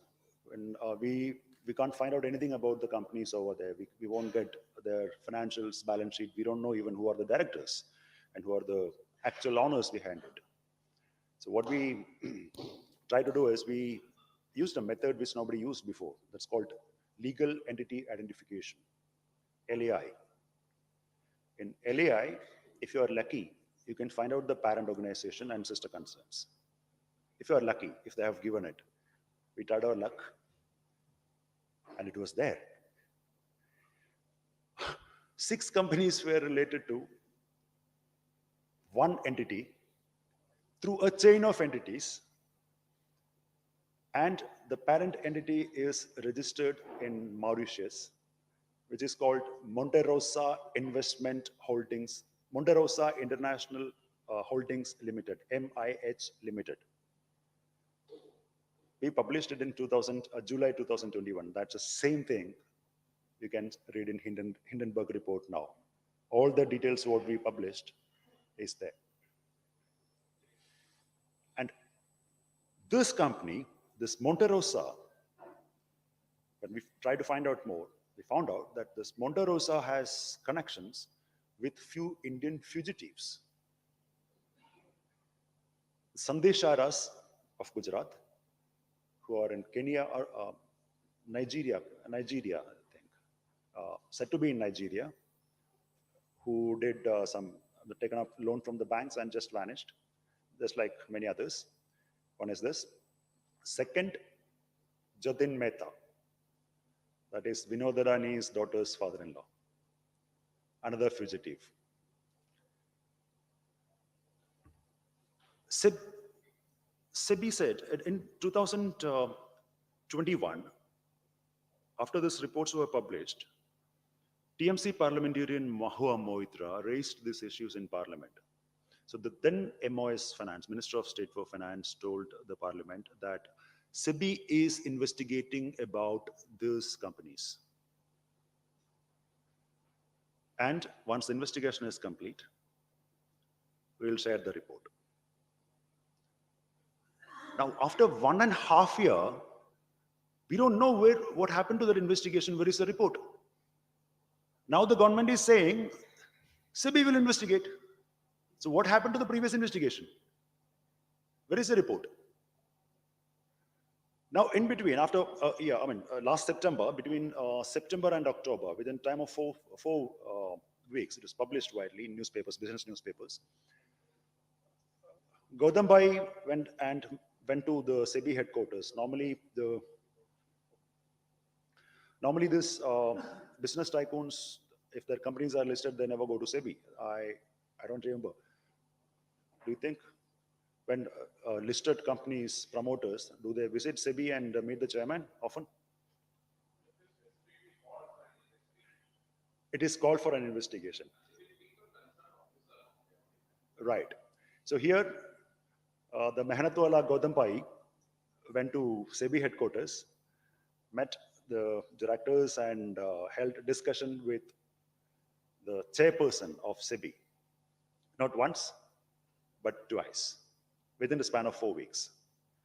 Now, if SEBI is investigating the fictitious financial dealings of Adani Group companies, how can the SEBI chairperson, board of directors, meet Mr. Gautam Adani? And then now the government is saying that SEBI is investigating. Even today's Supreme Court order says that SEBI will investigate. So what happened to the previous investigation? Where are the reports? What is the outcome? I would like to stop it here because we can go on with examples for so long. There are China connections, a lot of things, but I don't want to touch upon there because. So, thank you so much for giving me the time. Thank you, Ravi. This was an important breaking story by Ravi today. Before you go, there are two announcements. One is please register yourselves. And the other is every program requires some funding. So we require, and the program's head, we request you to donate generously. We have Ali and Yash who will come with a little kapareka bag to you all, and we request you to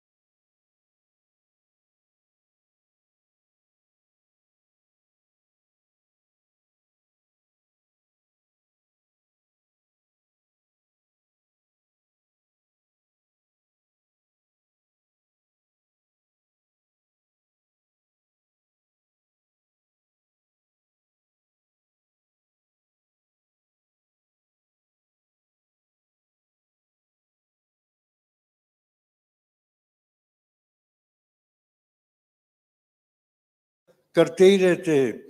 वो गलती क्या है, उनको लगने लगा है कि शायद वो कुछ भी करेंगे, दुनिया भी माफ करेगी और हम लोग भी माफ करेंगे। मुझे नहीं लगता है कि वो उनका इस किस्म का आशावाद सफल होने वाला है। धीरे धीरे एक परिस्थिति निर्माण होगी जिसके अंदर एक तरफ से नौजवान बहुत बड़े पैमाने पर रास्ते पे उतरेंगे और दूसरी पॉलिटिकल पार्टियों के अपने कड़वे पुराने अनुभवों को भूल करके खिलाफ होने की उन इच्छा इतनी पैदा होगी, बोल करके मोदी और अडानी के नाम को जोड़ करके जो कुछ हो रहा है उसके खिलाफ कुछ न कुछ इस पैमाने पर आवाज उठेगी, स्थिति बदलेगी, नया जमाना आएगा, हमारी रिपब्लिक बच जाएगी और हम कम से कम मेरे मरने के पहले ऐसा कुछ हो जाए तो मुझे थोड़ा बहुत संतोष होगा। शुक्रिया। Yes, there are two parts of the program left.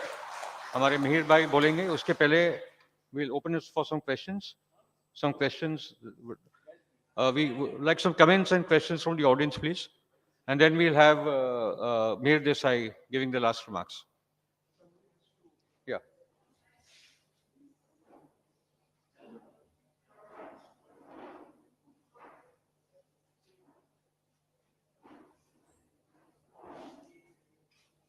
Any questions, comments? Sir, I think you would like to say something. Okay. If there's nothing in particular, then we can have. There is. Okay, fine. Check. मैं project work के चलते बांग्लादेश में बहुत बार काम किया हूँ, तो इसके चलते मैं दो क्वेश्चन मैंने चीज़ पूछना चाहता हूँ। एक, ये जो अडानी वाला कहानी बांग्लादेश के लिए हुआ है और इसमें जो शेख हसीना की पर्सनल इन्वॉल्वमेंट आ गया है, हम लोग जानते हैं कि सामने बांग्लादेश का इलेक्शन है और इस इलेक्शन में शेख हसीना का जो अवामी लीग है उनका अगर ठीक ठाक वोट किया जाए तो बांग्लादेश में वो जीतेगा नहीं। तो इस सिचुएशन में what is happening? And another thing is that कि बांग्लादेश में मैं जब काम करता था आज से 1 साल पहले भी, और I saw lot of peoples are demonstrate anti Indian and demonstrating anti-Modi also, but they are not in anti-Indian imperialism. Indian imperialism जो आज धीरे धीरे आगे बन रहा है, जो नहीं था अभी बन रहा है, उसके बारे में वहाँ पे जो आवाज उठ रहा है, उसमें शेख हसीना की गवर्नमेंट को जो इफेक्ट हुआ है और इस अडानी के कांड के बाद ये इफेक्ट और ज्यादा होगा कि नहीं होगा? सर, ये सवाल का जवाब इतना आसान नहीं है, क्योंकि भविष्य में बांग्लादेश का जो चुनाव आने वाले हैं, इसका क्या नतीजा होगा, इस साल खत्म होने के समय में शेख हसीना एक बार और चुन के वहाँ के हेड ऑफ द गवर्नमेंट बनेंगे कि नहीं, ये समय बताएंगे। मगर आपने बिल्कुल ठीक कहा, बांग्लादेश में एक हिस्से लोग हैं जो भारतवर्ष के खिलाफ है, और अब समय बताएंगे कि बांग्लादेश किस तरह से एक समझौता में आएंगे। हमने सुना है कि विदेश सचिव हमारे फॉरेन सेक्रेटरी ढाका गए थे। हमने ये भी सुना है कि एक नेगोशिएशन चल रहा है, और समय बताएंगे कि जो बिजली का जो उत्पादन है उसका किस रेट मिलेगा कि नहीं। अभी अडानी ने स्टॉक एक्सचेंज में ये घोषणा किया कि कोयला का दाम बढ़ गया, हम इसको कम करने के लिए तैयार है। कितने देर के लिए, ये समय बताएंगे। मगर संक्षिप्त में अगर आपको जवाब देना है, हम एक व्यक्ति को मदद करने के लिए, क्योंकि जैसे रवि ने कहा, झारखंड के लोग का नुकसान हो रहा है, भारतवर्ष का पर्यावरण में एक नुकसान हो रहा है, बांग्लादेश को ज्यादा पैसा देना पड़ रहा है वो जो बिजली उनके पास है, तो एक वेकफा के लिए अगर दो देश के बीच संपर्क खराब होना चाहिए, मैं समझता हूँ ये होना हम लोग को विरोध करना चाहिए, और मैं समझता हूँ कि बांग्लादेश के लोग की भी विरोध करेंगे। मगर आने वाले 6-8 महीने में क्या होगा नहीं होगा, इसके ऊपर भविष्यवाणी करना मुश्किल काम है, मगर देखा जाएगा, समय बताएंगे। What is the China connection in all this issue? Okay, today Ravi and I've written for this website after a gap of a very long time, 2.5 years. Please go to adaniwatch.org. It is an article about how a particular associate of the Adani group, his children own a ship which has been sanctioned by the United Nations Security Council for trading in oil with North Korea. This is the substance of the story. The Adani Group has had a very long association with China. The DRI, the Directorate of Revenue Intelligence, which is the intelligence wing of the Customs Department in India, have, in a show cause notice, alleged that equipment that has been imported from China have been over-invoiced. And it has moved through various jurisdictions, and this has resulted in the cost of that equipment going up. This is a case that is currently pending in court. Once again, I am saying nothing. It is the government of India and the Directorate of Revenue Intelligence which has made these allegations. So I guess we'll have to wait and watch. Please read this article, and you will also get to know many of these foreign portfolio investors which are based in these tax havens. There is this China connection. This particular person, there are pictures of him with Gautam Bhai Adani, and he is associated with several companies which are associated with the Adani Group. So this is the story in a nutshell. What Ravi didn't tell you is a very interesting story about Sri Lanka. The former head of the Ceylon Electricity Board made a public deposition before a committee of members of parliament. And he said that the then president of Sri Lanka, Rajapaksa, had told him that a particular contract, not the Colombo port terminal contract, but a separate project in northern Sri Lanka, which is a renewable energy project of solar and wind energy, should be given to the Adani Group. Once he said this, naturally there was a big hue and cry. Rajapaksa issued a statement saying nothing of the sort. And Adani Group issued a statement saying, no, we want to help our neighboring countries. And the gentleman who deposed, and you can see it on YouTube in public, he says, I became very emotional and I withdraw my statement.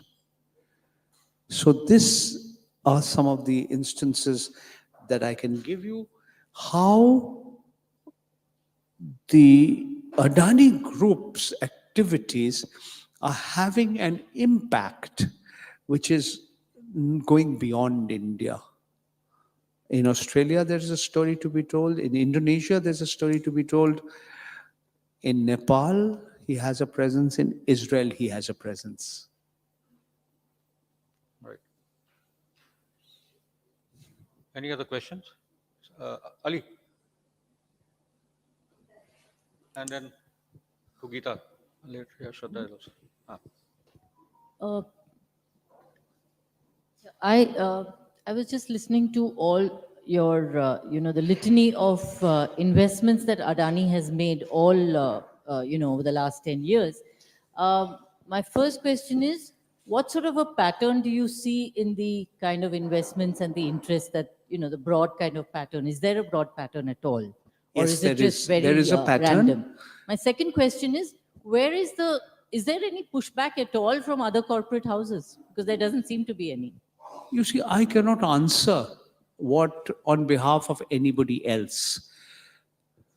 I can say that Jairam Ramesh alleged that a union minister phoned these high net worth individuals and told their family offices to invest in the Adani follow-on public offer. I never said it, Jairam Ramesh said.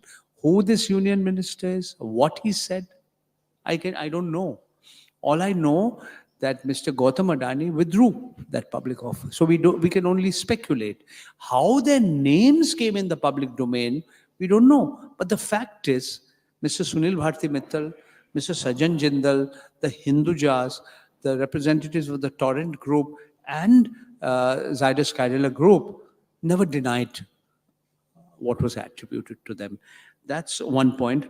I do not know how other Indian businessmen are reacting. But Geeta, there is a pattern, and you can see the pattern. And this pattern was pointed out not just by Ravi in Adani Watch. Before that, CNBC Television 18, which is part of the Ambani media empire, Economic Times, which is part of the Times of India group, they all pointed out there were defamation cases against Lata Venkatesh of CNBC, against the journalists from Economic Times. So we see different kinds of patterns, including a pattern of the way journalists who report what happens to them. At the end of the day, as Ravi had pointed out earlier, it's not us. Mahua Maitra, she's a member of the Lok Sabha. She's saying, I wrote to SEBI 1.5 years back. What are you doing about it? So you'll find the pattern. It's quite easy to find the pattern. No, what I also meant was the pattern in terms of the fact that he is controlling all of transport today, from the ports to the airports to just about every way in which Absolutely. any entry of goods and services Absolutely. in the country. I mean, the Godda Also project. natural resources. The Godda project is a classic case. So the coal is coming from coal mines in Indonesia and Australia, which are operated by the Adani Group. It comes to the port in Orissa, Dhamra, which is operated by the Adani Group. It goes in a railway track to Jharkhand, to a power plant which is operated by the Adani Group. Do I need to say anything more? There is a pattern. It is not us. It is there for everybody to say, yes.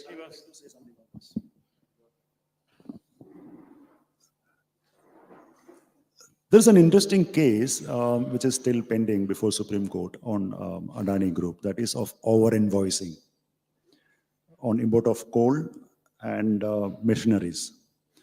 The story is very interesting, and it's actually, people say about over-invoicing and they don't know how it works. Now, we know that Adani Group owns mines, coal. I'm saying an example of coal only right now. Adani Group owns mines in Indonesia and Australia. These are subsidiaries of Adani Group companies, which is registered in Singapore. That Singapore company is a subsidiary of a company registered in Mauritius. That Mauritius company is a subsidiary of Adani Enterprises Limited. Okay, I'm putting it the most simple possible way, the simplest possible way. So Adani company mines the coal, uses Adani's own ships and transport to India, to Adani's own port in Mundra or wherever it is. Now this Adani's company, the mining company, in Malaysia or in Australia, they will raise the invoice to another Adani company, either in Singapore or in Dubai, and that Adani company from there will raise the invoice to Adani Enterprises Limited. Now this Adani Enterprises Limited will sell this coal to Adani Power Limited in Mundra or Rajasthan or Maharashtra, wherever it is. And Adani's, it'll come to Adani's port. The entire storage, warehousing, transportation of this coal is handled by Adani. So if Adani is, legally it's not, nothing wrong in that, okay, but the game is, if Adani's Indonesian company is sending the coal from Indonesia to Mundra, why a Singapore company or Mauritius company should raise the invoice? Increase the price. We've got what, And 8:30. then this is something you will appreciate. After the power is generated, it is transmitted by Adani Transmission. It comes to Mumbai.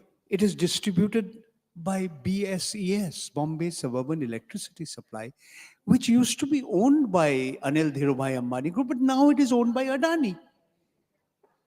इसमें दो वाक्य बोलूंगा. एक तो मराठी का कल ही पता चला कि अडानी का मतलब है एड़ा बनाना.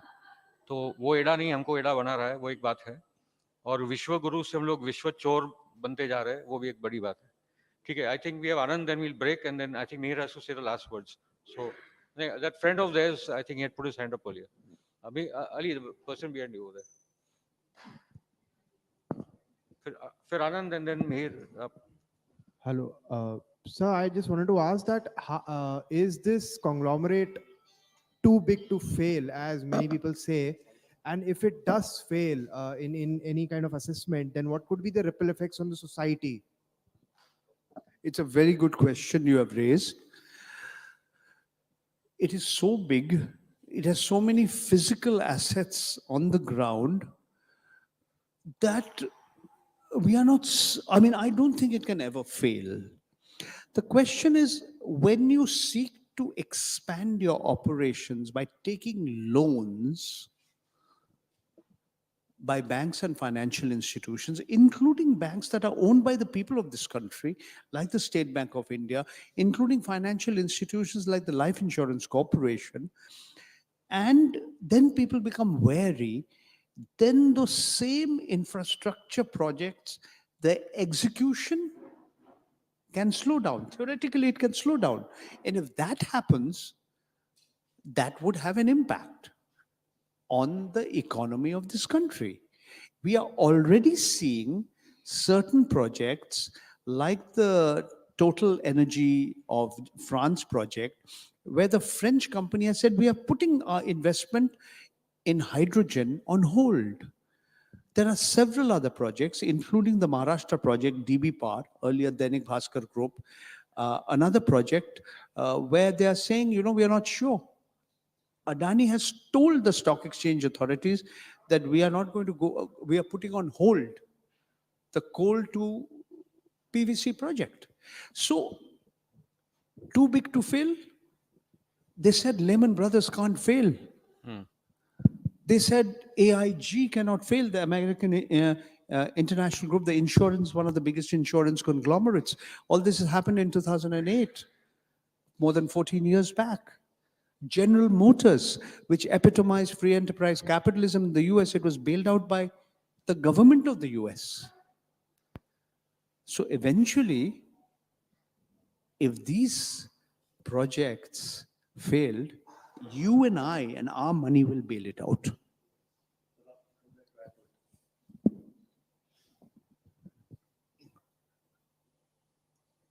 In the cancelled FPO of 20,000 crore, if you go through that document and Adani Group's statements, approximately 4,500 crore rupees were supposed to be invested for the development of Lucknow Airport. Okay.